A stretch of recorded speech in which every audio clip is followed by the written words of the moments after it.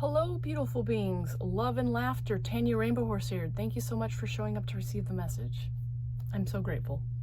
This video is for people, specifically women, men too, but more specifically women, because I'm talking about witch, the energy of witch, and who want to know more about it. Maybe there's lots of limiting beliefs of what that could be, what that can mean. And I'm just going to open up on my meaning about it and the energy on it, and to remove any stigmas, because, you know, we are in the time of the feminine rising and we're taking our power back. So this is part of it for me. I hold that name, that energy, kind of dear, because when I first started my spiritual awakening, it was one of the first things that I really connected with. Me being a person who was kind of raised a little bit in the Catholic Christian energy, a little bit, and never resonated with it. And so when I found witch, it was like a coming home in my heart, because witch to me stands for more naturally woman. But again, I know it's not just woman. There's male energy around it too, and that I welcome that. I'm open to that. But for me as a woman, what it stands for is taking the woman's way back. You see witch in Hollywood videos, and they're not necessarily always very often portrayed as good. You're starting to see them as being good now more, as we've had like movies like Maleficent, seeing her side of the story, or Wicked, seeing her side, the witch's side of the story, a different witch's side of the story. And there's a bunch of other witch stories that have been coming out, because witch is an important energy archetype that is coming out now as we women rise up and we bring our feminine energy to the forefront to help heal the universe. So what witch did for me was give me a place to live with femininity. Because what Catholicism or Christianity didn't do for me was give me a place to live in femininity. It's so masculine dominant, at least the parts that I'd seen, so masculine dominant, strong in like warrior energy, and just seeping with masculinity, which is beautiful, and I don't deny that. But when it was so just full of that, I didn't feel like I had a place to bring her, to honor her, to let her exist. It didn't feel balanced to me, and I just didn't feel like I belonged. Hearing him, he all the time, and standing in that warrior energy 24/7 to honor God and Jesus,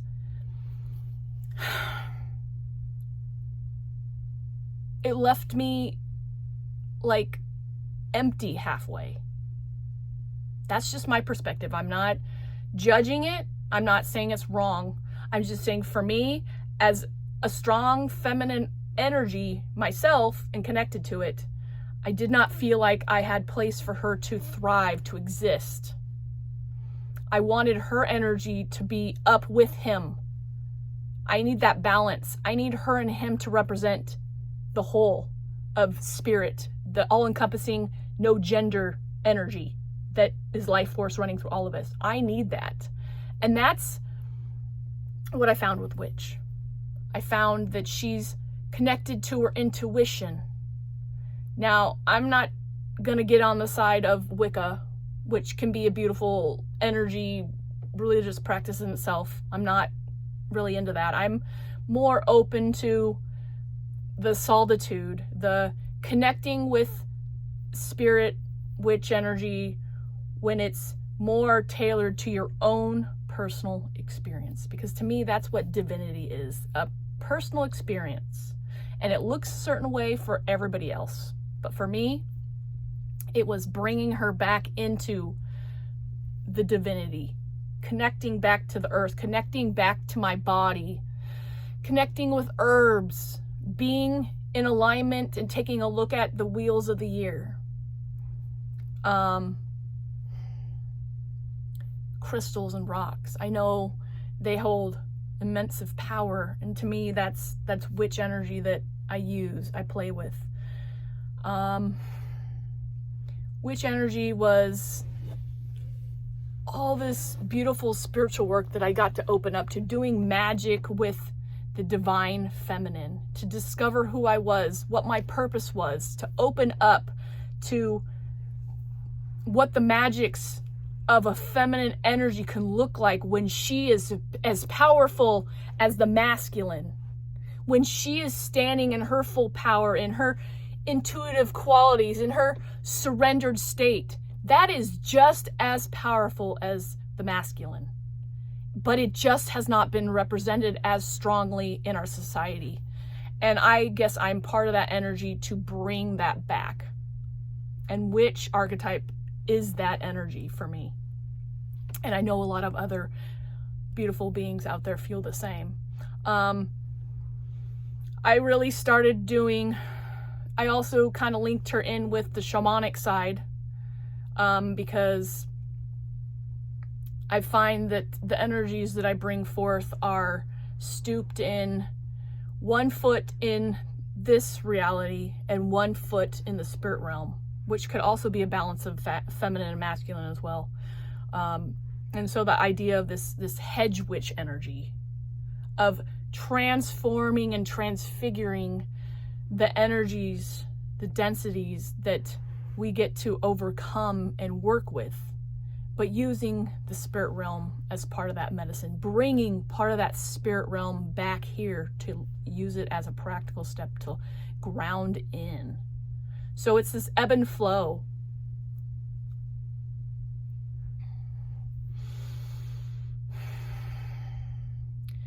Witch energy does come with a lot of wounding. You know, we had the witch trials, which were based on this idea of hysteria, which is just another layer of illusions around the power of the witch archetype.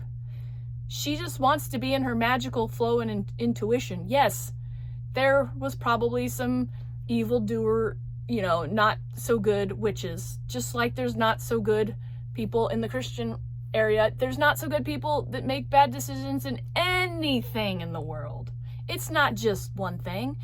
Wherever you go, there's going to be people making bad decisions that represent a certain energy. And they might be a witch, they might be a Christian, they might be a Buddhist, they might be whatever. People are always going to make the decisions, and we're always going to have the energy there to judge. But for whatever reason, a lot of this energy was locked onto the witch energy, and it was prosecuted and dragged through the mud and drenched and disempowered and made to be something dirty and ugly. And I'm taking that back. I'm in the process of taking back a lot of feminine ideas and energies that have been drugged through the ringer, and I'm cleaning them off, and I'm giving them beautiful power and love where they once were. There's so much that we get to polish as a female who's standing in that female empowerment energy and wants to bring her back up to her counterpart and be in balance. And if you're somebody who's been intrigued by the word witch, but maybe it scares you, I invite you to just open it up and see it as a beautiful feminine archetype of standing in your power. Practicing as a witch can look so many different ways.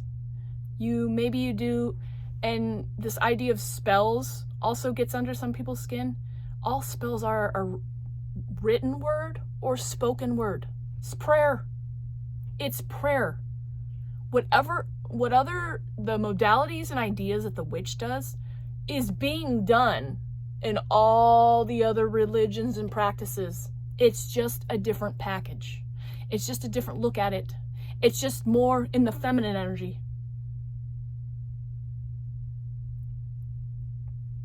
So, when you claim that, there's going to be some energies that you get to work through and heal through that. Because how, that archetype has gone through history, we all have a little part of that wound there. If, we're that feminine energy standing in our power.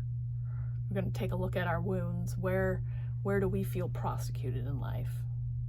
What kind of energies do we want to bring forth? Because witches do herbs, crystals, spells. They just amplify energy in a positive way. They manifest what they want. They amplify and they create relationships with the work that they're doing. Maybe they do it for love. Maybe they do it for money. Maybe they do it for more fun in their lives. Maybe they're for whatever. They're just manifesting in a different way. So next time you might be percolating with the idea of witch, I invite you to open up about it. And like, if it calls to you, why does it call to you? And if it calls to you and it scares you, why does it scare you? Just play around with it and open up to it. I'm in a bunch of witch groups, and I find a lot of them tend to fight about how witches should look, which they can look anyway. I even see Christian witches, and some people argue that you can't have that. You can have any combination of anything you want.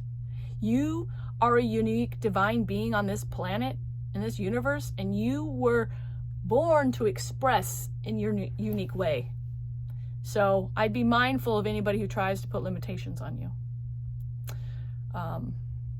What other common things do I see coming up for witch energy? Oh, this baby witch idea. I don't really understand that. I get it. Maybe you're new to it, but I don't think all other traditions, if they invite people into their churches or, practice with them, they don't say, oh, you're a baby Christian or you're a baby Buddhist. I think if you're open to exploring it and you want to get into the energy of it, just do it. Just play with it. See what it means for you, what it brings to the table for you.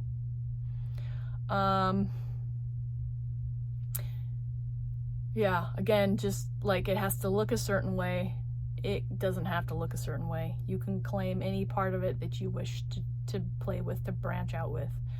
You can meld and sculpt whatever you want with it. It's just a divine archetype to play with and to honor the energy of feminine ways.